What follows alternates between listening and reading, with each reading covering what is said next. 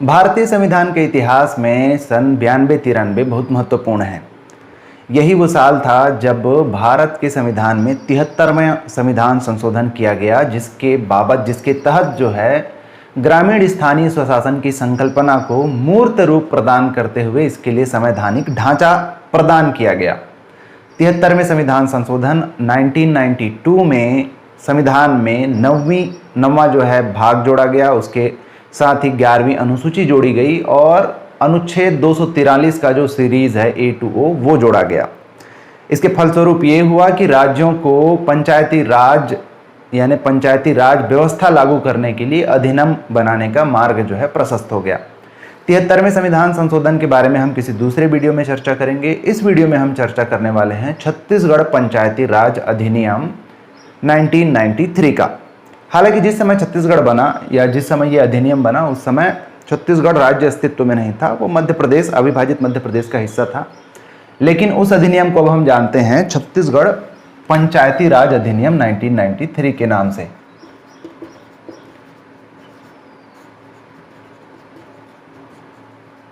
अधिनियम 1993, इस अधिनियम की आज हम चर्चा करेंगे, जानेंगे क्या क्या प्रावधान है इसमें और किस प्रकार से ये जो है पंचायती राज ढांचे को मूर्त रूप देती है, उसके लिए क्या क्या प्रावधान करती है। अगर आपने अधिनियम की हमारी क्लास पहले कभी पढ़ी होगी तो पता होगा कि हर अधिनियम जो है अलग अलग अध्यायों में, अलग अलग धाराओं में बटा होता है। पहला जो अध्याय होता है, पहला अध्याय सामान्य तौर पर होता है उसके संक्षिप्त नाम, विस्तार, उसके प्रभावी होने की तिथि और परिभाषाओं से संबंधित, तो उसके बारे में ज़्यादा हम नहीं जानेंगे। अध्याय 1 में हमेशा दिया हुआ होता है उसका संक्षिप्त नाम यानी कि अधिनियम का संक्षिप्त नाम, जो कि है छत्तीसगढ़ पंचायत राज अधिनियम 1993। इसका विस्तार है संपूर्ण छत्तीसगढ़ में और इसकी प्रभावी तिथि कब से प्रभावी, तो ये है आपका 24 जनवरी 1994 से प्रभावी है। इसके अलावा परिभाषाएं दी गई होती है इसमें।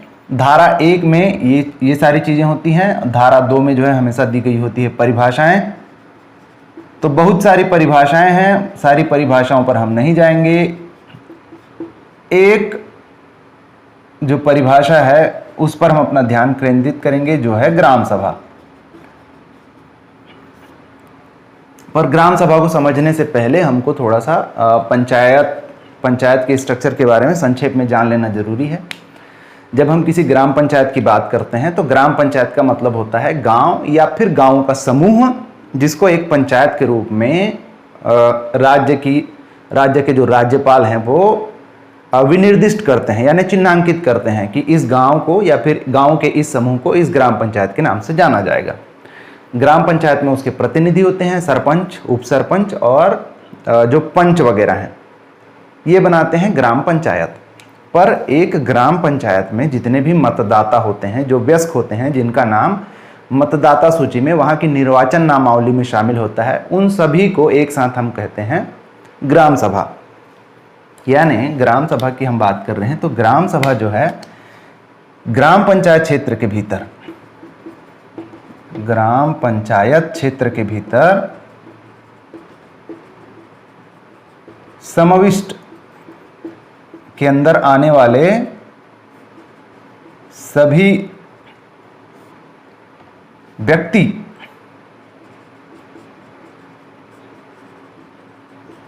जिनका नाम पंचायत की निर्वाचन नामावली में हो,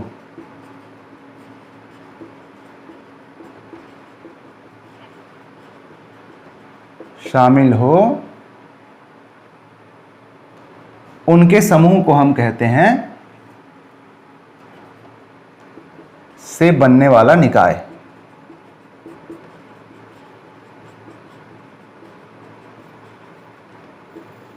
इनको हम कहते हैं ग्राम सभा। तो किसी ग्राम पंचायत क्षेत्र के भीतर जितने भी व्यक्ति हैं जिनका वहाँ की निर्वाचक नामावली में यानी वोटर लिस्ट में नाम है, उन सबको हम कहते हैं ग्राम सभा। तो ग्राम सभा कहने का मतलब है कि ग्राम सभा में कोई चुने हुए प्रतिनिधि वगैरह नहीं है, जितने भी वोटर हैं उस ग्राम पंचायत क्षेत्र के अंतर्गत वो सब के सब जो है ग्राम सभा में आ जाएंगे। तो ये होती है ग्राम सभा। और भी बहुत सारी परिभाषाएं हैं, उनके बारे में परीक्षा की दृष्टि से हमें जानने की जरूरत नहीं है। अब हम जंप करते हैं अध्याय 2 में। अध्याय 2 में फिर विशिष्ट रूप से दिया हुआ है ग्राम सभा के बारे में। अध्याय 2 में दिया हुआ है ग्राम सभा के बारे में। तो ग्राम सभा का परिचय हमसे हो गया है कि ग्राम सभा क्या है। तो उस ग्राम पंचायत जो क्षेत्र है वहाँ पर जितने भी वयस्क मतदाता हैं उनके समूह को, उनकी समष्टि को हम कह रहे हैं ग्राम सभा। ग्राम सभा परीक्षा की दृष्टि से महत्वपूर्ण है। इसमें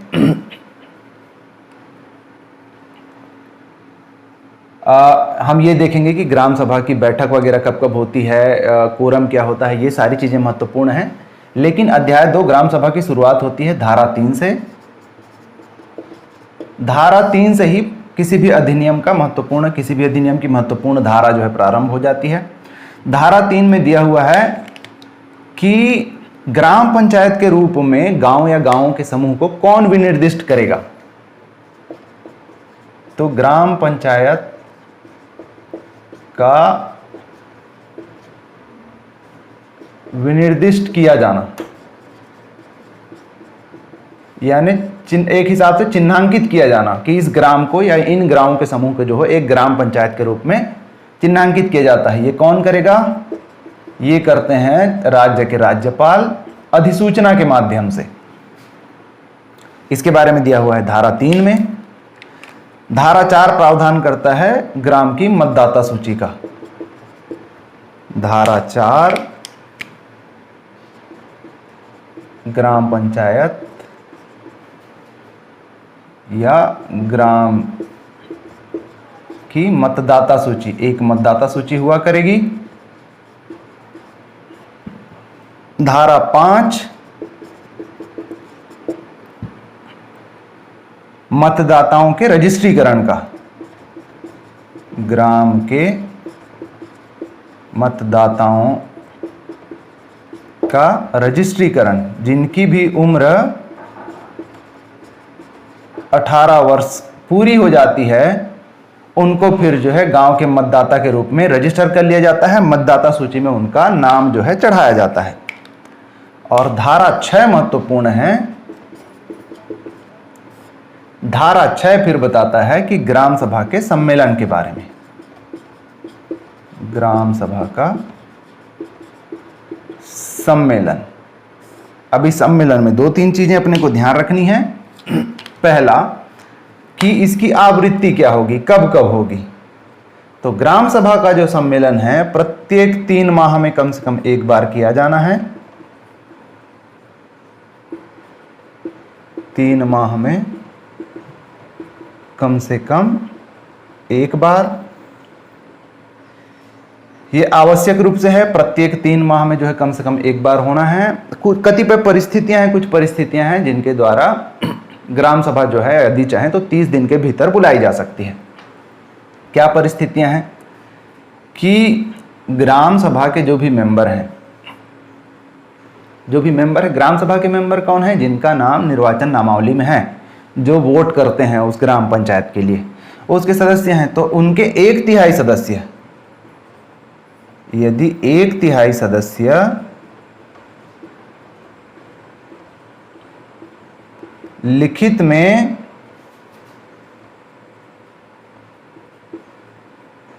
अभ्यक्षा करें, 1/3 सदस्य यदि चाहें कि किसी दिवस पर जो है यानी ये 3 माह में तो एक बार हो ही रहा है, लेकिन विशेष रूप से अगर ग्राम सभा के सदस्य जो है बुलाना चाहें तो उसके लिए लिखित में यदि अभ्यक्षा करें 1/3 सदस्य, या कलेक्टर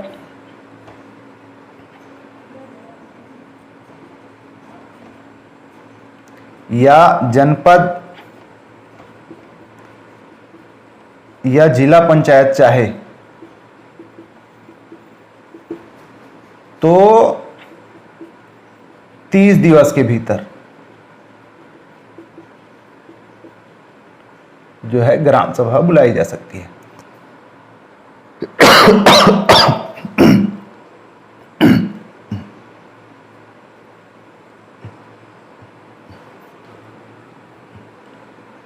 तो या तो 1/3 सदस्य जो है लिखित में इसकी अपेक्षा करें, तो जिस भी डेट के लिए ये लिखित में दे रहे हैं उसके 30 दिवस के अंदर जो है बुलाई जा सकती है। इसके अलावा जो भी प्राधिकारी हैं, कलेक्टर हैं, जनपद जिला पंचायत के जो भी अधिकारी हैं, यदि वो चाहें तो 30 दिवस के भीतर जो है ग्राम सभा बुलाई जा सकती है।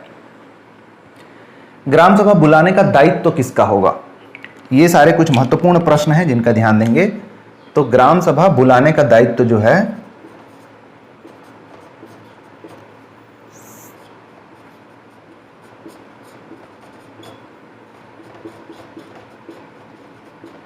ये होगा सरपंच का।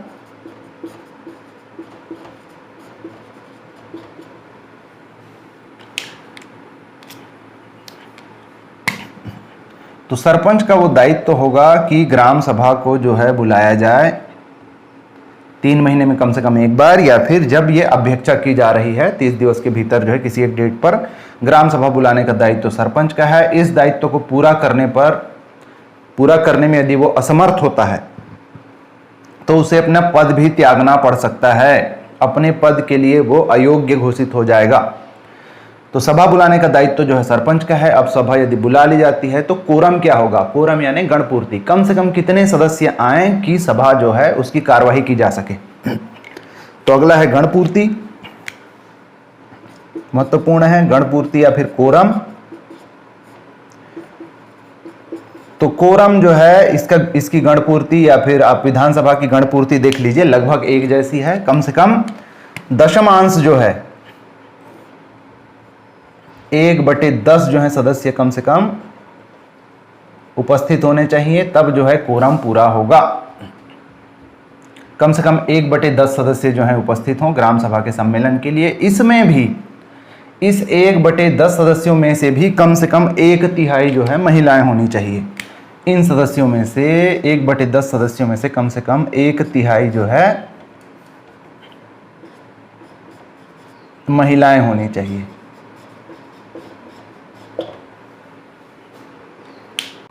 अब ये गणपूर्ति का या जो कोरम है इसका दायित्व किसका है, गणपूर्ति पूरा करवाने का। तो गणपूर्ति का जो दायित्व है, गणपूर्ति या कोरम पूरा कराने का जो दायित्व है, ये दायित्व है सरपंच और पंच का।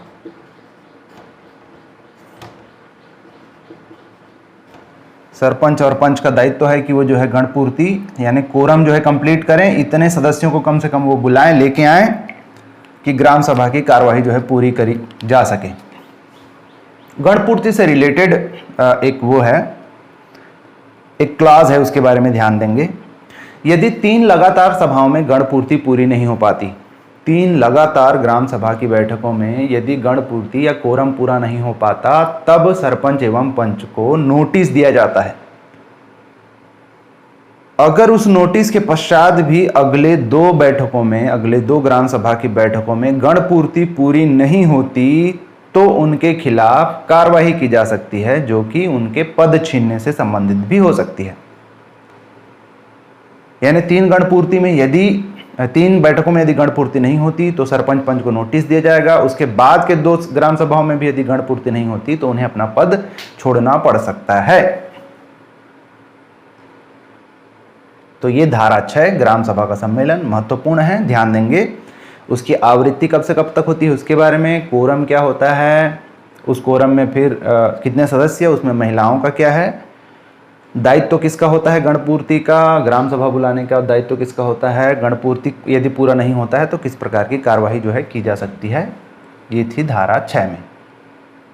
अच्छा, इसकी अध्यक्षता कौन करेगा, ग्राम सभा सम्मेलन की अध्यक्षता कौन करेगा, एक प्रश्न है, महत्वपूर्ण प्रश्न है। इसकी जो अध्यक्षता है ग्राम सभा सम्मेलन की, वो करेगा सरपंच। अध्यक्षता करेगा सरपंच। यदि सरपंच ना हो तो उप सरपंच, और यदि उप सरपंच भी ना उपस्थित हो तो ग्राम सभा के जो भी सदस्य हैं उनमें से किसी भी एक सदस्य को जो है चुन लिया जाएगा। ग्राम सभा के सदस्यों में से चयनित आपस में जो है वो चुन लेंगे किसी को भी उसकी अध्यक्षता करने के लिए। तो इस प्रकार से इसकी अध्यक्षता की जाएगी। अब हम चलते हैं धारा 7 में, जिसमें हम देखेंगे कि ग्राम सभा के काम, कृत्य या फिर उसके शक्तियां या फिर उसके जो है दायित्व क्या हैं। धारा 7, ग्राम सभा की शक्तियां एवं कार्य। उसके पहले जिसकी चर्चा हमें धारा 6 में कर लेनी चाहिए थी कि ग्राम सभा में गणपूर्ति हो जाने के पश्चात यदि ग्राम सभा के सदस्य लिखित में ये तय करते हैं कि ये जो सभा है पोस्टपोन की जाती है, किसी अगले भविष्य के तारीख के लिए निर्धारित की जाती है, तो वे ऐसा कर सकते हैं। उसमें क्या होगा कि नेक्स्ट टाइम जो बैठक होगी उसमें गणपूर्ति होनी आवश्यक नहीं है, क्योंकि इस बैठक में जो गणपूर्ति के लिए आवश्यक जितने सदस्य थे उन्होंने ही मिलकर यह तय किया था कि अगली बैठक जो है फलां तारीख को होगी करके, इसलिए अगले बैठक के लिए उनकी सहमति है। तो अगले बैठक में गणपूर्ति होनी आवश्यक नहीं है, बशर्ते कि उस बैठक में कोई नए मुद्दे पर चर्चा नहीं की जाएगी। पिछले बैठक में जिस बैठक में उसे पोस्टपोन किया गया, जो मुद्दा चल रहा था उसी मुद्दे को जो है आगे बढ़ाया जाएगा। तो इस प्रकार से बैठक जो है स्थगित भी की जा सकती है भविष्य की किसी तिथि के लिए। धारा 7 बात करती है ग्राम सभा की शक्तियों एवं कार्य के बारे में। इसके बारे में पॉइंट वाइज यहाँ पर हमको देखने की जरूरत नहीं है। मेरे ख्याल से आपको ये समझना आवश्यक होगा इसमें कि गांव में जितने भी प्रकार के कार्य हो सकते हैं, चाहे नाली निर्माण हो, चाहे सड़क निर्माण हो, सीसी निर्माण, साफ सफाई करानी हो, कहीं पे तालाब खुदवाना हो, कहीं पे हैंडपंप नलकूप वगैरह खुदवाना हो, कहीं पे कोई सार्वजनिक बिल्डिंग बनवानी हो, मैदान बनवाना हो, इस प्रकार के गांव में होने वाले हो सकने वाले जितने भी कार्य हैं उनकी पहचान जो है ग्राम सभा करती है। इसके अलावा ग्राम में कोई सरकारी योजना यदि आती है तो उसके लाभार्थी कौन होंगे, उन सब की पहचान भी जो है ग्राम सभा करती है। ग्राम पंचायत अपने कामों को एग्जीक्यूट करती है अपने ग्राम पंचायत के जो भी चुने हुए पदाधिकारी हैं, सरपंच, उप सरपंच, पंच हैं, उनके माध्यम से। लेकिन जो भी काम होता है उनकी निगरानी रखने का काम, उनको क्रॉस चेक करने का काम, इसके अलावा अंत में जो सोशल ऑडिट की हम बात करते हैं, सामाजिक अंकेक्षण का काम, वो सारा काम जो है ग्राम सभा करती है। तो इसमें अलग से आपको पॉइंट वाइज पढ़ने की जरूरत नहीं है। आप अंदाजा लगा पाएंगे अगर परीक्षा में इससे संबंधित प्रश्न आते भी हैं तो कौन से काम जो है ग्राम सभा करती होगी, कौन से नहीं करती होगी। चलिए वार्षिक सम्मेलन की हम बात करते हैं। इसी में ग्राम सभा की शक्तियां, कार्य एवं वार्षिक सम्मेलन। तो प्रत्येक 3 माह में एक सम्मेलन इसका होना जरूरी है, लेकिन हम बात कर रहे हैं वार्षिक सम्मेलन को। वार्षिक सम्मेलन जो है अगले वित्त वर्ष से 3 माह पूर्व जो है बुलाना आवश्यक है। अगले फाइनेंशियल ईयर वित्त वर्ष से 3 माह पूर्व जो है वार्षिक सम्मेलन बुलाया जाएगा। इस वार्षिक सम्मेलन में अगले साल के जो बजट होंगे, ग्राम पंचायत की बजट, उस पर चर्चा की जाएगी। तो बस इसको ध्यान रखेंगे कि कब बुलाया जाएगा वार्षिक सम्मेलन। अगला वित्त वर्ष प्रारंभ होने से 3 माह पूर्व, अगला वित्त वर्ष प्रारंभ होता है 1 अप्रैल से, तो उससे 3 महीने पूर्व जो है वार्षिक सम्मेलन बुला ली जाएगी ग्राम सभा की, और वहां पर चर्चा की जाएगी अगले साल के वार्षिक बजट के बारे में। चलिए अब आ जाते हैं अध्याय 3 पर। अध्याय 3 स्टार्ट होता है धारा 8 से। अध्याय 3 में दी हुई है पंचायतों की संरचना। पंचायतों की संरचना, अभी तक हमने ग्राम सभा के बारे में देख रहे थे, अब हम देखेंगे पंचायत। तो पंचायतों की संरचना, धारा 8। धारा 8 बताती है कि पंचायत की संरचना कितने स्तरों पर होगी। पंचायत के स्तर, हालांकि ये टाइटल नहीं है आपके अधिनियम में, पर 3 स्तरों पर होती है। इसके बारे में धारा 8 जो है बताती है। ग्राम स्तर पर होती है ग्राम पंचायत, खंड या विकास खंड स्तर पर होती है जनपद पंचायत, और जिला स्तर पर होती है जिला पंचायत। तो इन 3 स्तरों के बारे में जो है धारा 8 में दिया हुआ है। धारा 9 बताती है कि पंचायत की अवधि क्या होगी।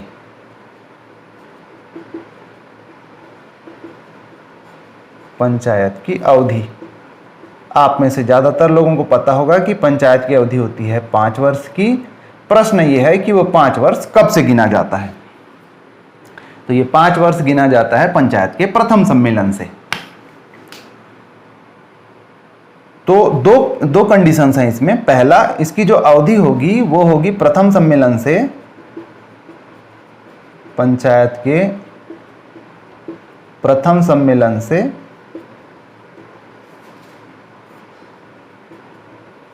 5 वर्ष तक या विघटन तक।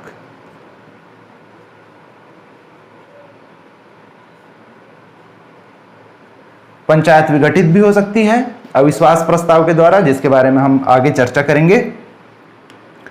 तो या तो 5 वर्ष चलेगा प्रथम सम्मेलन से, या उसके पहले यदि अविश्वास प्रस्ताव लाया जाता है, पंचायत यदि विघटित हो जाती है, तो जब विघटित हो जाए तब तक जो है चलेगी पंचायत।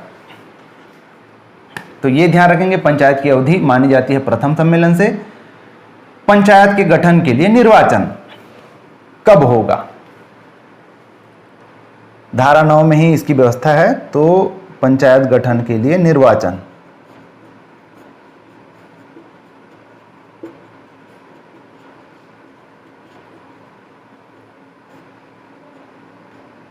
कब कर लिया जाना है, तो 5 वर्ष के पूर्व, पहला कंडीशन।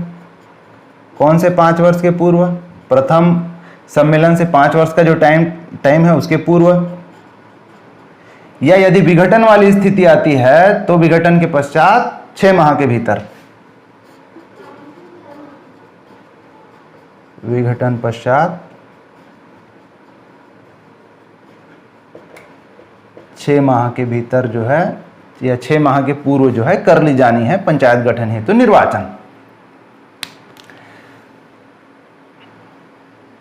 धारा 8 में हमने देखा कि पंचायत की स्थापना होगी इन स्तरों पर, ग्राम पंचायत, जनपद पंचायत, जिला पंचायत। इनकी स्थापना कौन करेगी, इसके बारे में प्रावधान है धारा 10 में। तो धारा 10 बताती है पंचायतों की स्थापना कैसे होगी, किसके द्वारा होगी। ये होगी राज्यपाल के द्वारा।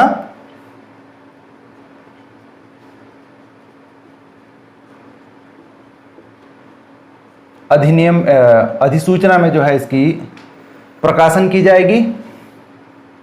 आप देखेंगे कि नए नए ब्लॉक्स जो हैं बनते रहते हैं, नए जिले बनते हैं। जब नए जिले बनते हैं तो कई बार होता है कि ब्लॉक्स जो है नए नहीं बनते, ब्लॉक्स जो पहले से रहते हैं उन्हीं को अलग जिले में ले लिया जाता है, पर ब्लॉक्स भी जो है समय समय पर बनते रहते हैं। तो जब ब्लॉक बनता है तो स्वाभाविक रूप से उस ब्लॉक में फिर अलग से जनपद पंचायत बनाई जाएगी।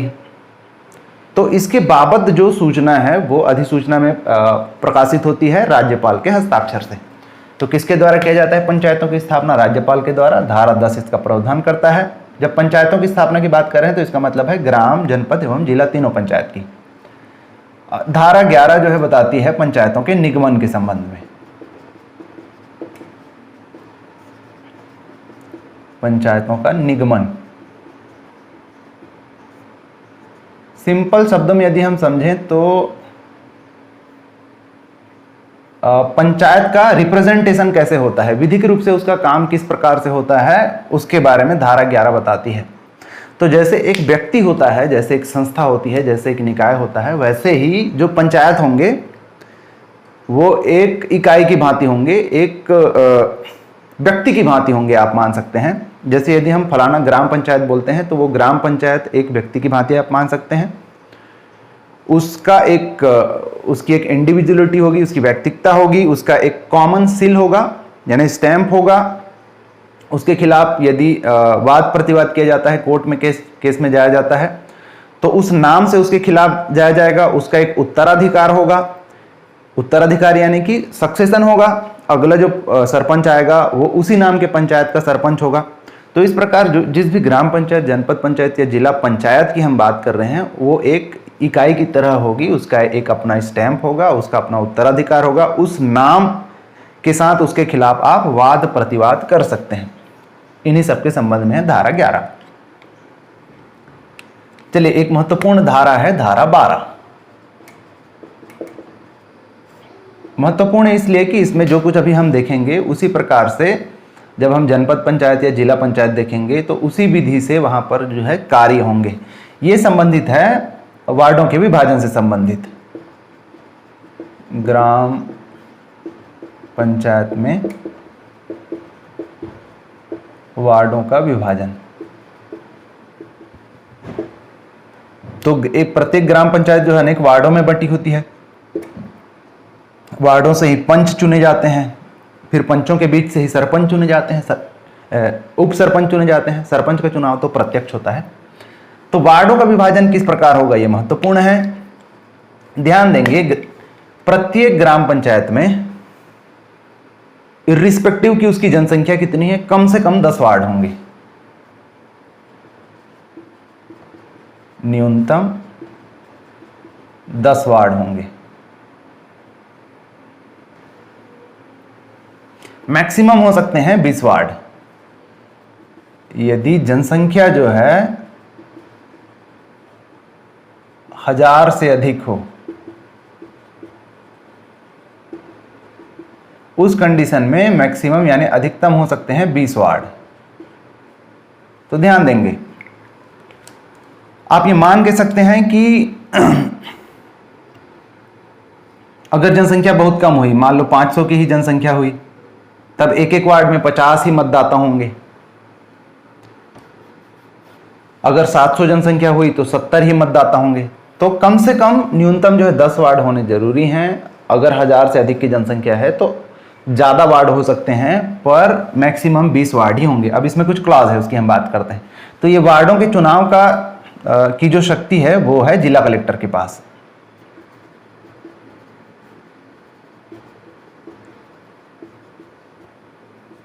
जिला कलेक्टर के पास जो है इसकी शक्ति है।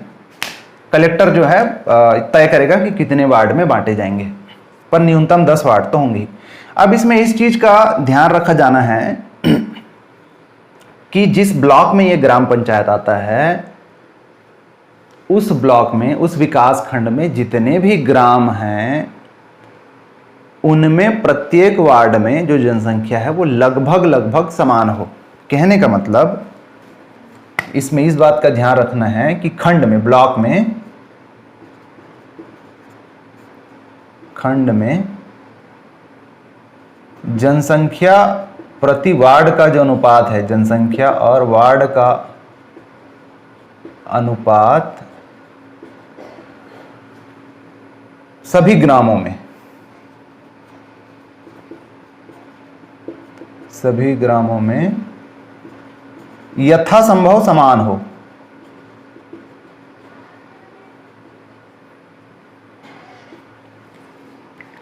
यानी ऐसा ना हो कि एक किसी गांव के एक वार्ड में जो है, प्रत्येक वार्ड में जो है जनसंख्या 700 की है, लेकिन बाकी दूसरे गांव में जो है वहाँ 1000 की है या 800 की है। कोशिश ये की जाए इन सब बातों को ध्यान रखते हुए न्यूनतम 10 वार्ड हों, अधिकतम 20 वार्ड हों यदि जनसंख्या 1000 से अधिक हो।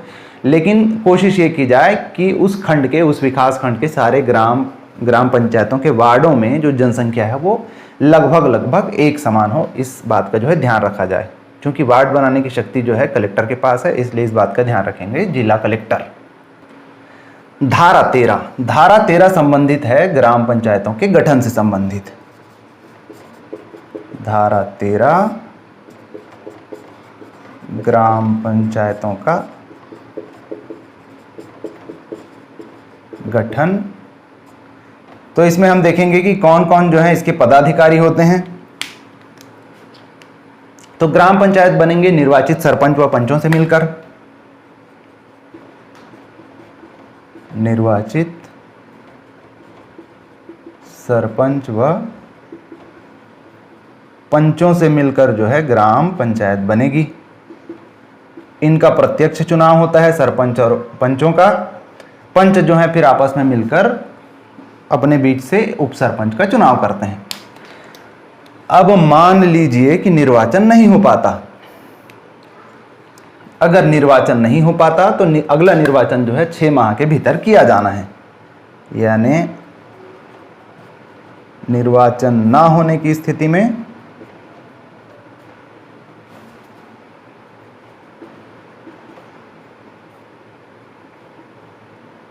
नया जो निर्वाचन है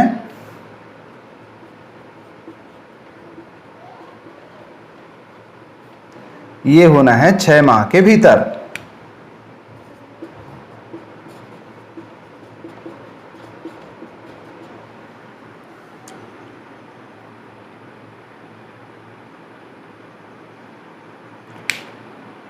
यदि सरपंच का निर्वाचन नहीं हो पाता, एक कंडीशन है, सरपंच या पंच किसी का भी निर्वाचन नहीं होता है, तो ये तो तय बात है कि पंच का यदि निर्वाचन नहीं होता है तो ग्राम पंचायत की कार्यवाही जो है आगे बढ़ाई जा सकती है। परंतु यदि सरपंच का निर्वाचन नहीं होता तो सरपंच के निर्वाचन ना होने की स्थिति में पंचों के बीच से ही किसी एक को जो है कार्यकारी सरपंच के रूप में चुना जाता है। क्लास ध्यान देंगे कि सरपंच का निर्वाचन ना होने की स्थिति में पंचों के मध्य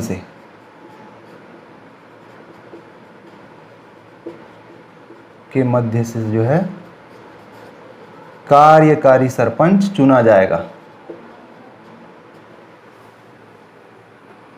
अब ये कार्यकारी सरपंच जो है अगले 6 महीने तक, जब तक कि नया निर्वाचन नहीं हो जाता तब तक जो है कार्यभार संभालेगा। अगर ऐसी स्थिति फिर से बनती है कि फिर से जो है सरपंच का चुना जाना संभव नहीं हो पाता, अगला निर्वाचन भी जो है असफल हो जाता है, तो उस कंडीशन में फिर ये केस जाएगा राज्य निर्वाचन आयोग के पास। फिर राज्य निर्वाचन आयोग के हाथ में है, वो चाहे तो जिस पंच को कार्यकारी सरपंच के रूप में चुना गया है उसी से कह सकता है कि आप जो है अगले निर्वाचन तक अपना जो कार्यभार है वो संभाले रखें करके, परंतु ये पूरी तरह से है राज्य निर्वाचन आयोग के हाथ में। तो इस प्रकार से पंचायतों का गठन जो है निर्वाचित सरपंच और पंचों से मिलकर होता है। अब हम देखते हैं कि ये जो निर्वाचन होता है पंच सरपंच आदि पदों के लिए, उनमें आरक्षण की स्थिति कैसी होती है। धारा 13 कंटिन्यू है। हम देख रहे हैं पंचों के निर्वाचन में पंचों के पद के लिए आरक्षण, ST/SC आरक्षण की हम बात कर रहे हैं। ST/SC आरक्षण की हम बात कर रहे हैं। ये पंच के पदों की हम बात कर रहे हैं। अभी सरपंच के पद की बात हम धारा 17 में करेंगे। तो ST/SC आरक्षण की हम बात कर रहे हैं पंचों के केस में। तो ये जो आरक्षण होंगे उस ग्राम पंचायत क्षेत्र में ST/SC की जनसंख्या कैसी है उसके आधार पर होगा, यानी जनसंख्या के अनुपात में होगा। जनसंख्या के अनुपात में उस पंचायत क्षेत्र में ST/SC की जैसी भी जनसंख्या है उसके अनुसार उनको आरक्षण दिया जाएगा। अब इसमें कुछ क्लॉज हैं, जैसे मान लीजिए कि उस ग्राम पंचायत क्षेत्र में ST/SC दोनों की हम बात कर रहे हैं। यदि ST/SC जनसंख्या जो है, यदि ST/SC जनसंख्या 25% या 25% से कम होती है तो 25% जो आरक्षण है वो वहां OBC को दिया जाएगा। ध्यान देंगे, परसेंटेज ध्यान देंगे। पंच के केस में ये जनसंख्या का अनुपात जो है 25% है। जब हम सरपंच का केस देखेंगे और ब्लॉक में जब इसकी बात करेंगे तब ये जनसंख्या का परसेंट 50% हो जाएगा। खैर वो सब बात की बातें हैं। तो उस ग्राम पंचायत में यदि ST/SC की सम्मिलित जनसंख्या 25% या उससे कम हो तो उस ग्राम में 25% आरक्षण OBC के लिए होगा। अब कोई वार्ड ऐसा है जहां पर ST/SC जनसंख्या नहीं है, किसी वार्ड में यदि ST/SC जनसंख्या नहीं है तो वहां पर आरक्षण नहीं होगा, तो वहां उस वार्ड में एसटी एससी आरक्षण वाली सीट नहीं दी जाएगी। ध्यान देंगे। अब ये आरक्षण चलेगा कैसे? तो ये आरक्षण चलेगा चक्रानुक्रम में। इस पूरे अधिनियम में जिसकी हम बात कर रहे हैं, एक ये तो 2019 में इस अधिनियम में संशोधन हुआ था और बहुत सारी धाराएं जो है विलोपित कर दी गई हैं, यानी उनका लोप कर दिया गया है। और एक नया वर्ड जो है हमेशा आपको सुनने मिलेगा चक्रानुक्रम में। चक्रानुक्रम का मतलब होता है साइक्लिक ऑर्डर में, यानी रोटेशन में। जैसे आरक्षण की यदि हम बात कर रहे हैं, यदि 1 2 3 4 5 वार्ड हैं, 5 वार्ड में यदि 2 वार्ड में आरक्षण दिया जाता है एसटी एससी, तो एक चुनाव में होगा, एक चुनाव में यदि 1 और 2 को आरक्षण है तो अगले चुनाव में इनको छोड़ दिया जाएगा, 3 और 4 को दिया जाएगा। तो इस तरीके से रोटेशन में जो है ये आरक्षण चलता है। तो चक्रानुक्रम ये वर्ड बार बार आएगा, रोटेशन में जो है ये आरक्षण चलता है। तो जिन वार्ड में एसटी एससी जनसंख्या नहीं है उनमें आरक्षण, उनको मतलब आरक्षण से बाहर रखा जाएगा। तो आरक्षण होगा चक्रानुक्रम में,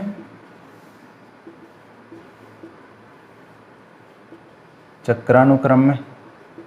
और ये जिस भी आरक्षण की हम बात कर रहे हैं, एसटी एससी आरक्षण के जितने भी परसेंट की हम बात कर रहे हैं, उसमें जो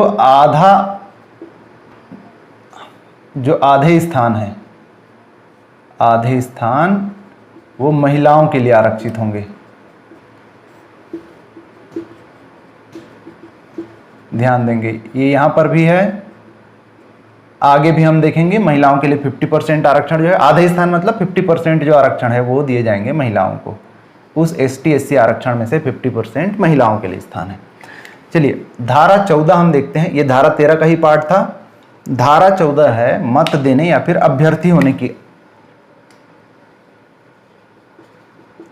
धारा 14 मत देने या अभ्यर्थी होने की योग्यता या अर्हता, कौन व्यक्ति जो है मत दे सकता है या कौन व्यक्ति जो है अभ्यर्थी हो सकता है, उसके बारे में जो अधिनियम है उसके बारे में उसमें बहुत ज़्यादा कुछ नहीं लिखा हुआ है। उसमें सिर्फ लिखा हुआ है कि मतदाता सूची में शामिल हो, नाम जो है मतदाता सूची में शामिल हो। अब मतदाता सूची में शामिल होने की अपनी अर्हताएं हैं। मतदाता सूची में शामिल तभी होंगे जब आप वहां पर स्थानीय रूप से, सामान्य रूप से वहां पर निवास करते हैं, कम से कम 18 वर्ष की आयु आपकी पूरी हो चुकी है, आप बालिग हो चुके हैं।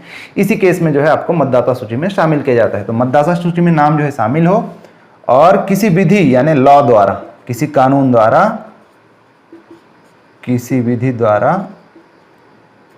आप जो है निरहित ना किए गए हों।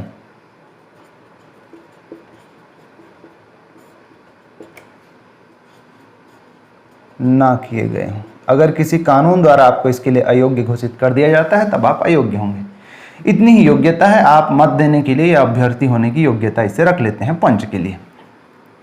चलिए लोकसभा के केस में हम देखते हैं कि बहुत सारे अभ्यर्थी जो हैं, जैसा अभी जो वर्तमान प्रधानमंत्री हैं मोदी जी हैं या कांग्रेस के राहुल गांधी है, उन्होंने लोकसभा में 2-2 जगह से चुनाव लड़ा था। परंतु ग्राम पंचायत में या पंचायत अधिनियम में इसका जो है प्रतिषेध किया गया है। धारा 15 जो है इसी से संबंधित है। धारा 15 यानी एक से अधिक सदस्यता का प्रतिषेध, एक से अधिक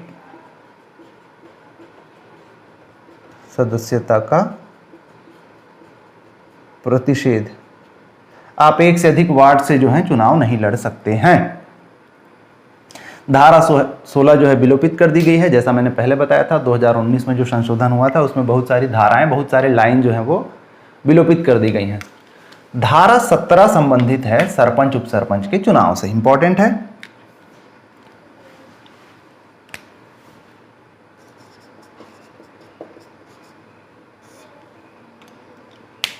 सरपंच उपसरपंच का चुनाव।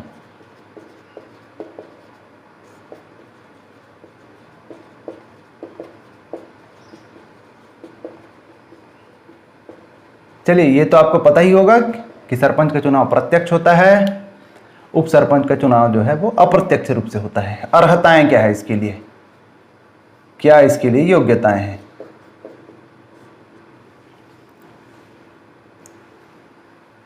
उम्र वगैरह के बारे में इसमें विशेष रूप से दिया नहीं हुआ है अधिनियम में, परंतु मेरा ऐसा मानना है कि 21 वर्ष कम से कम चाहिए आपको सरपंच बनने के लिए या उप सरपंच बनने के लिए जो अर्हता है।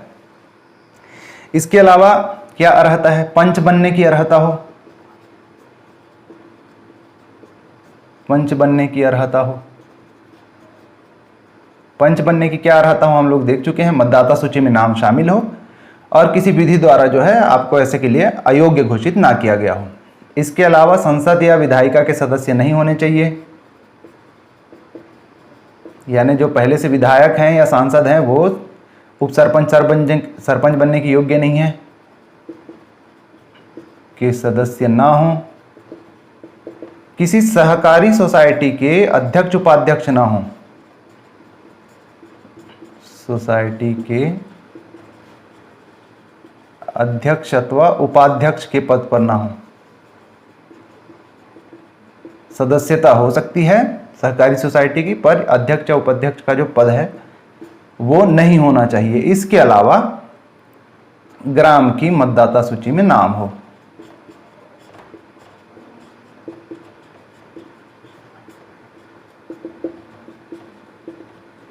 तब आप पंच आप सरपंच बनने के लिए जो है योग्य हैं। इतनी सारी योग्यताएं हैं।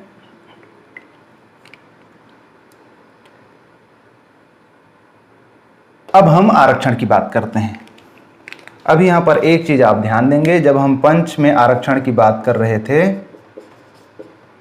तब हम बात कर रहे थे कि वार्ड में मतलब ग्राम में जो है, ग्राम में जनसंख्या ST/SC जनसंख्या जो है ग्राम में कितनी हो करके।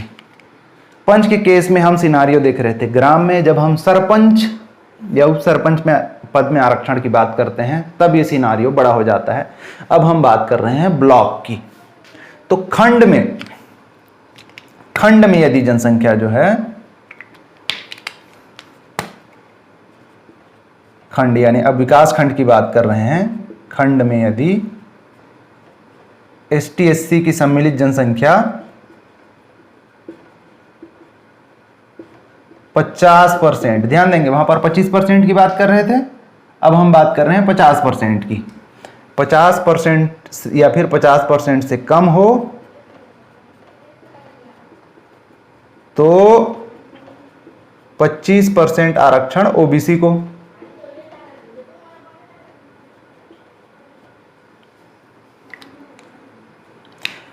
OBC को 25% आरक्षण की ही बात हो रहा है। लेकिन जब हम पंच की बात कर रहे हैं तो ग्राम में ये जनसंख्या ST/SC सम्मिलित जनसंख्या 25% या उससे कम हो। लेकिन जब हम सरपंच या उप सरपंच पद की बात कर रहे हैं तब खंड में, विकास खंड में जो ST/SC जनसंख्या है वो 50% से कम हो, तब जो है 25% आरक्षण OBC को। अभी देखिए क्या होता है कि कुछ जो क्षेत्र है वो अनुसूचित क्षेत्र घोषित कर दिए जाते हैं वहां के ST जनसंख्या को देखते हुए।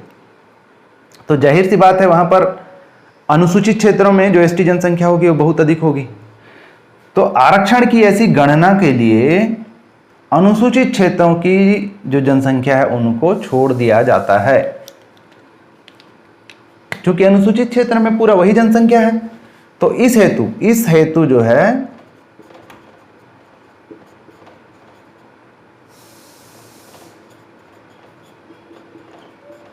अनुसूचित क्षेत्र की जनसंख्या, अनुसूचित क्षेत्र, जो अनुसूचित क्षेत्र उस खंड में पड़ता है, उस खंड में आता है, उस क्षेत्र की जनसंख्या को अपवर्जित कर दिया जाता है, यानी छोड़ दिया जाता है। अपवर्जित कर दिया जाए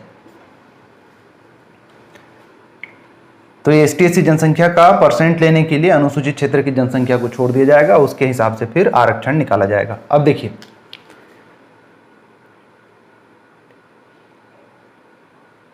सरपंच की जो जनसंख्या होगी, ठीक है, सरपंच के लिए जो भी आरक्षण होगा उसमें आधे संख्या खंड में जितने भी सरपंच होंगे, ध्यान देंगे ये पहला क्लॉज, दूसरा क्लॉज ये है कि खंड में सरपंचों की संख्या का 50% या आधा जो है वो महिलाओं के लिए आरक्षित।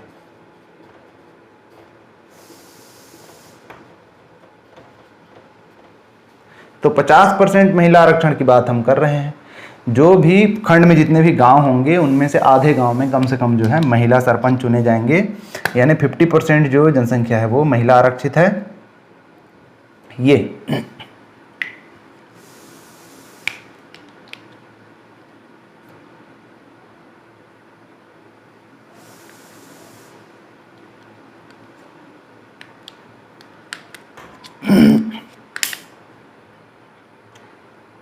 और जैसा हम देखते आए हैं कि जो भी आरक्षण होगा वो सारे आरक्षण जो है पूरे अधिनियम में हम देखेंगे चक्रानुक्रम में चलेंगे। यानी ये बात तो तय है कि खंड में आधे गांव में जो है महिला सरपंच होंगे। तो वो कौन कौन से गांव होंगे? तो क्या ऐसा तो नहीं होगा कि इस साल जो है इन 5 साल के लिए यदि इस गांव में महिला सरपंच हुई तो अगले 5 साल के लिए भी महिला सरपंच। तो ये चक्रानुक्रम में चलेगा, यानी जो जो गांव छूट गए हैं अगले 50% उन गांवों को फिर से मिलेगा। तो इस प्रकार से जो है चक्रानुक्रम में ये आरक्षण जो है चलेगा। उप सरपंच के निर्वाचन की यदि हम बात करें तो उप सरपंच का जो निर्वाचन है वो होता है अप्रत्यक्ष रूप से। पंच जो है अपने बीच से उप सरपंच चुनते हैं। दूसरा, यदि सरपंच जो है एसटी एससी कम्युनिटी से ना हो, यदि सरपंच जो है एसटी एससी ना हो, तब कोशिश की जाती है कि उप सरपंच जो है कोई एसटी या फिर एससी ही बने। तो इस प्रकार से ये जो है सरपंच उप सरपंच के चुनाव, उनकी योग्यता आदि के बारे में। तो जैसा हमने योग्यता देखी, अर्हता देखी कि किस केस में जो है वो सरपंच या उप सरपंच बनने के योग्य है, उसी में से 2 पॉइंट आप ले लीजिए। यदि सरपंच बनने के पश्चात यदि वो संसद या विधायिका का सदस्य बन जाता है तब उसको अपना पद छोड़ना पड़ेगा। यदि सरपंच बनने के पश्चात वो सहकारी सोसाइटी का अध्यक्ष या उपाध्यक्ष चुन लिया जाता है तब उसको अपना पद छोड़ना पड़ेगा। तो ये 2 जो ना होने की स्थिति में उनके लिए योग्यता थी, हो जाने की स्थिति में उसके लिए जो है अयोग्यता हो जाएगी। चलिए, ये तो हुई धारा 17 सरपंच उप सरपंच की योग्यता, चुनाव आदि के बारे में। अगला हम देखते हैं धारा 18। धारा 18 के बारे में बताने लायक नहीं है ज़्यादा कुछ। धारा 18 इससे संबंधित है कि जो निवर्तमान सरपंच होगा, यानी जो पिछला सरपंच था पर अब नया चुनाव हो गया, अगला सरपंच आ चुका, तो वो जो है अपने जितना भी कार्यभार है वो आने वाले सरपंच को, आगामी जो सरपंच होगा उसको सौंपेगा। जो भी कागजात वगैरह हैं, मुहर वगैरह है, यानी अपना कार्यभार जो है वो अगले सरपंच को सौंपेगा। ऐसा करना उसके लिए अनिवार्य है। ऐसा वो नहीं करता है तो उसके खिलाफ कार्रवाई भी की जा सकती है। तो धारा 18 संबंधित है बहिर्गामी सरपंच द्वारा आगामी सरपंच को कार्यभार सौंपा जाना। धारा 19 संबंधित है निर्वाचन की अधिसूचना से, जो हमारे लिए महत्वपूर्ण नहीं है। धारा 20 की हम बात करते हैं। धारा 20 संबंधित है प्रथम सम्मेलन और पदावधि से संबंधित। धारा 20 प्रथम सम्मेलन कब बुलाया जाए और पदावधि। तो जैसा हम लोग देख रहे हैं कि पदावधि जो है उसकी गणना की जाती है प्रथम सम्मेलन से। तो प्रथम सम्मेलन कब बुलाया जाए? प्रथम सम्मेलन बुलाया जाए जब निर्वाचन का प्रकाशन हो गया, यानी रिजल्ट निकल गए, प्रकाशन कर दिया गया। निर्वाचन के प्रकाशन से 30 दिन के भीतर, से 30 दिवस के भीतर जो है प्रथम सम्मेलन बुला लिया जाएगा और उसी प्रथम सम्मेलन से फिर जो है गणना की जाती है।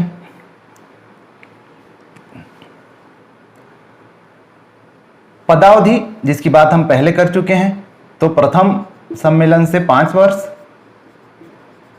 प्रथम सम्मेलन से 5 वर्ष तक जो है पदावधि होगी।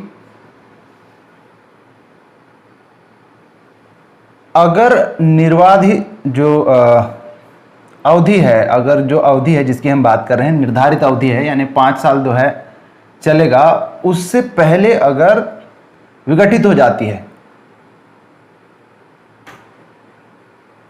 तो जिस तारीख को विघटित हो जाती है उस तारीख तक,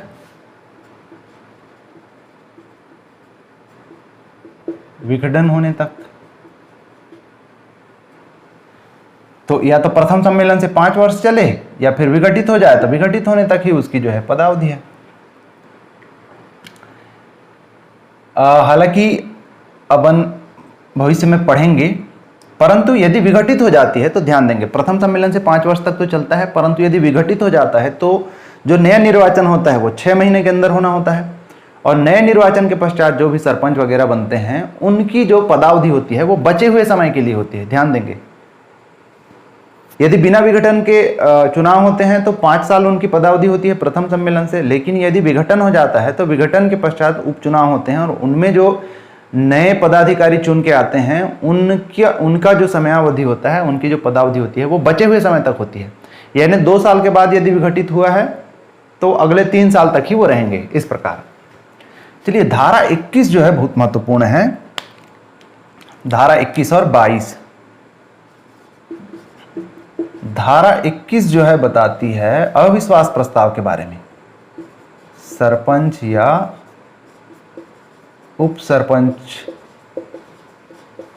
के विरुद्ध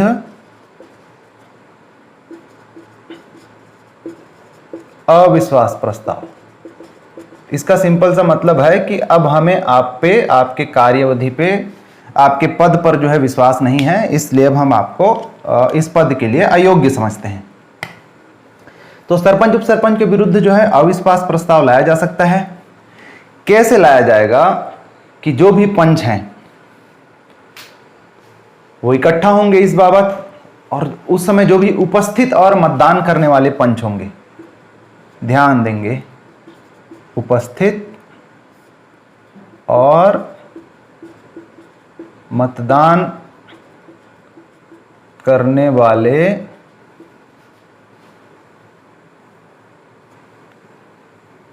सदस्य यदि 3/4 बहुमत से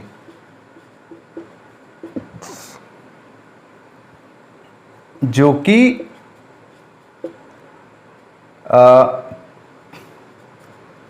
कुल पंचों की संख्या के 2/3 से अधिक हो, कुल पंचों की संख्या के 2/3 से अधिक हो,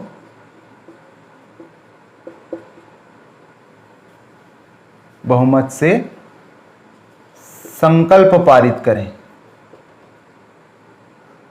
अविश्वास प्रस्ताव का।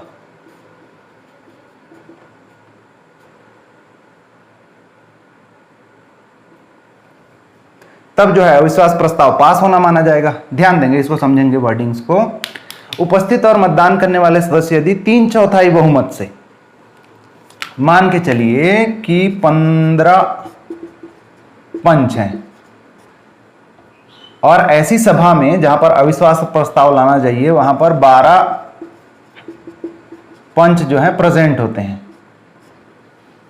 12 पंच प्रेजेंट हुए। 3/4 बहुमत क्या होगी 12% का? 12 पंचों का 3/4 बहुमत होगा 9 पंच। तो क्या ये 9 पंच जो है बहुमत से संकल्प पारित करके अविश्वास प्रस्ताव पास कर सकते हैं? नहीं, क्योंकि कुल पंचों की जो जनसंख्या है 15 पंच है, उनका 2/3 होता है 10। तो 10 से अधिक वोट चाहिए कुल पंचों की संख्या के 2/3 से अधिक, यानी 9 पंच से काम नहीं चलेगा। तो इस प्रकार जो उपस्थित सदस्य होंगे वो अपना 3/4 से संकल्प पारित करेंगे, लेकिन ये 3/4 जो बहुमत है वो कुल पंचों की संख्या के 2/3 से अधिक हो जाना है, तभी जो है ऐसा प्रस्ताव पारित माना जाएगा, अविश्वास प्रस्ताव पास हो जाएगा। और अविश्वास प्रस्ताव पास होने के तुरंत पश्चात जो है यानी तत्काल प्रभाव से सरपंच उप सरपंच को अपना पद जो है छोड़ना पड़ेगा। ऐसे किसी भी सभा में जिनके विरुद्ध अविश्वास प्रस्ताव लाया गया है, सरपंच या उप सरपंच, वो इन सम्मेलन की जो है अध्यक्षता नहीं करेंगे, इनमें सक्रिय रूप से भाग नहीं लेंगे, इनको बोलने का अधिकार नहीं होगा, तब ऐसे सम्मेलन की अध्यक्षता कौन करेगा? तो सरकार के कोई अधिकारी जो हैं ऐसे सम्मेलन की अध्यक्षता करेंगे। अध्यक्षता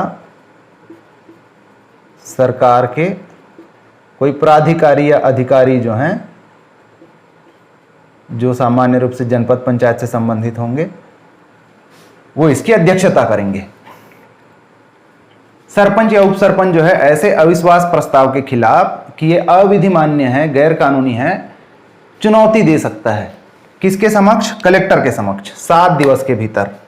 यानी इसको यदि हम कहें कि इसके खिलाफ जो है अपील कर सकता है, अपील जो है 7 दिवस के भीतर की जा सकती है जिला कलेक्टर के समक्ष।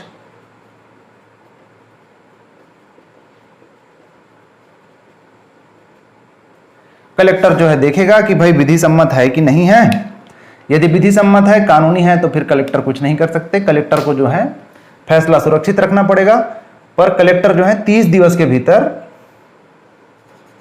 कलेक्टर जो है 30 दिवस के भीतर इसका निपटारा करेंगे। 30 डेज के भीतर जो है इसका फैसला करेंगे। तो इस प्रकार जो है सरपंच उप सरपंच के विरुद्ध जो है अविश्वास प्रस्ताव लाकर जो है उनको पद से हटाया जा सकता है। कुछ कंडीशंस हैं, कुछ समयावधि है जिसके अंतर्गत जो है अविश्वास प्रस्ताव आप नहीं ला सकते। तो अविश्वास प्रस्ताव हम बात कर रहे हैं, अविश्वास प्रस्ताव की हम बात कर रहे हैं कब नहीं ला सकते, कब नहीं ला सकते अविश्वास प्रस्ताव, इसकी हम चर्चा कर रहे हैं। अविश्वास प्रस्ताव कब नहीं ला सकते, इसका आंसर है कि एक तो जो है जब पद ग्रहण किया जाए, सामान्यतः प्रथम सम्मेलन में पद ग्रहण कर लिया जाता है, तो पद ग्रहण करने के पश्चात 1 वर्ष के भीतर, 1 वर्ष के भीतर यानी पद ग्रहण किए 1 साल भी नहीं हुआ है, आप अविश्वास प्रस्ताव नहीं ला सकते, एक कंडीशन। दूसरा कंडीशन कि जो पदावधि है उसको 5 साल ही, उसको 6 महीने ही बाकी हैं पूरा होने के लिए, यानी पदावधि पूर्ण होने के पूर्ववर्ती 6 माह के भीतर नहीं ला सकते। और तीसरा कंडीशन ये है कि पूर्व अविश्वास प्रस्ताव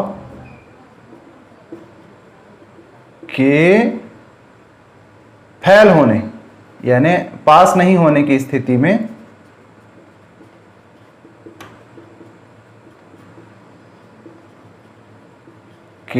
में 1 वर्ष के भीतर पूर्व अविश्वास प्रस्ताव के 1 वर्ष के भीतर जो है आप फिर से अविश्वास प्रस्ताव नहीं ला सकते। यानी कि पद ग्रहण किया हुआ है, 1 साल नहीं हुआ है अभी, आप अविश्वास प्रस्ताव नहीं ला सकते। पदावधि पूरा होने में, उनका जो टर्म है वो पूरा होने में केवल 6 महीने ही बाकी हैं, अब उस बीच में आप अविश्वास प्रस्ताव नहीं ला सकते। और दूसरा, पहले अगर अविश्वास प्रस्ताव लाया गया था लेकिन वो फेल हो गया, पास नहीं हो पाया, तो पहले अविश्वास प्रस्ताव के 1 साल तक जो है आप अविश्वास प्रस्ताव पेश नहीं कर सकते। तो ये 3 परिस्थितियां हैं जिसके अंतर्गत अविश्वास प्रस्ताव नहीं लाया जा सकता। अदरवाइज सरपंच उप सरपंच के विरुद्ध जो है इस विधि से अविश्वास प्रस्ताव लाकर उनको पद से हटाया जा सकता है। पद से हटाने की एक और विधि है जिसके बारे में धारा 22 जो है प्रावधान करती है। माफ कीजिएगा, धारा 21 का ये नया जो है धारा 21 में जोड़ा गया है। इसके अंतर्गत है पदाधिकारियों का वापस बुलाया जाना।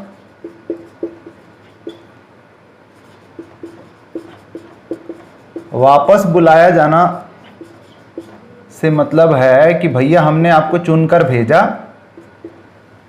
अब आपसे नहीं जम रहा है तो हम आपको वापस बुलाना चाहते हैं, यानी पद छोड़वाना चाहते हैं, पद से वापस बुलाना चाहते हैं। तो इनको पद से वापस बुलाया जा सकता है। उसके लिए कंडीशन ये है कि ग्राम सभा के 1/3 सदस्य जो है, ग्राम सभा के 1/3 सदस्य लिखित में सक्षम प्राधिकारी को देंगे।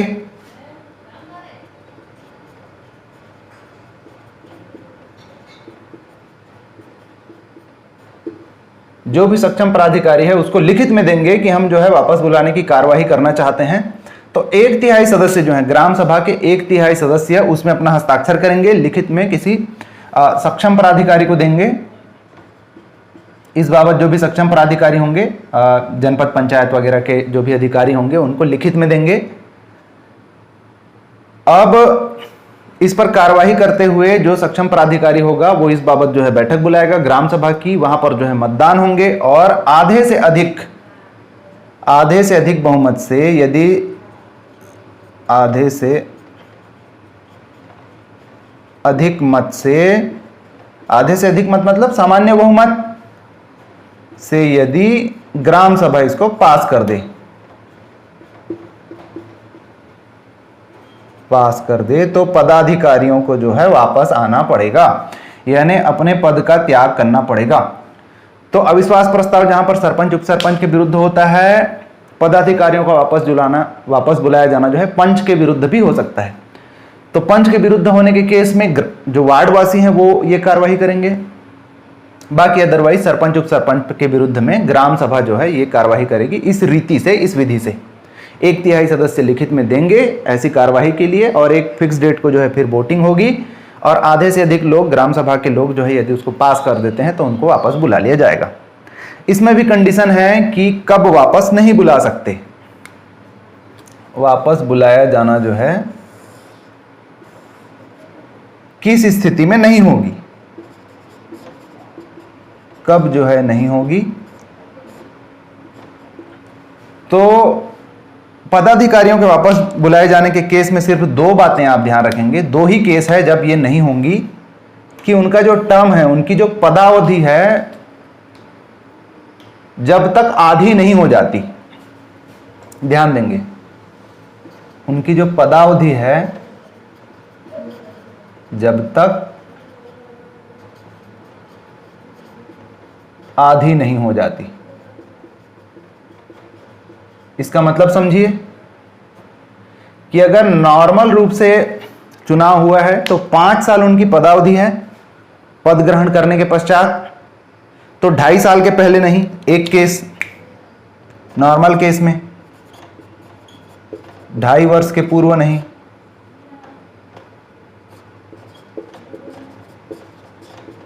एक केस नॉर्मल सिनेरियो ये हो सकता है कि 5 साल उनका टर्म है तो 2.5 साल के पहले आप नहीं बुला सकते, यानी आधी पदावधि जब तक नहीं हो जाती। दूसरा केस ये हो सकता है कि उपचुनाव हुए हों, तो उपचुनाव के केस में जो बचा हुआ समय रहता है, बचा हुआ जो टर्म होता है, उसी में वो पदावधि पे होते हैं।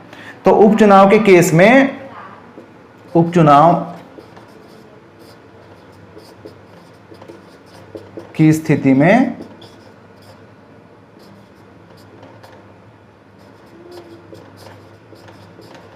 पदावधि का आधा, तो दोनों ही केस में जो है जो भी उनकी पदावधि है वो जब तक आधी नहीं हो जाती तब तक उनको जो है वापस नहीं बुला सकते, यानी कि उनके टर्म का आधा समय आपको देना पड़ेगा वापस बुलाने से पूर्व।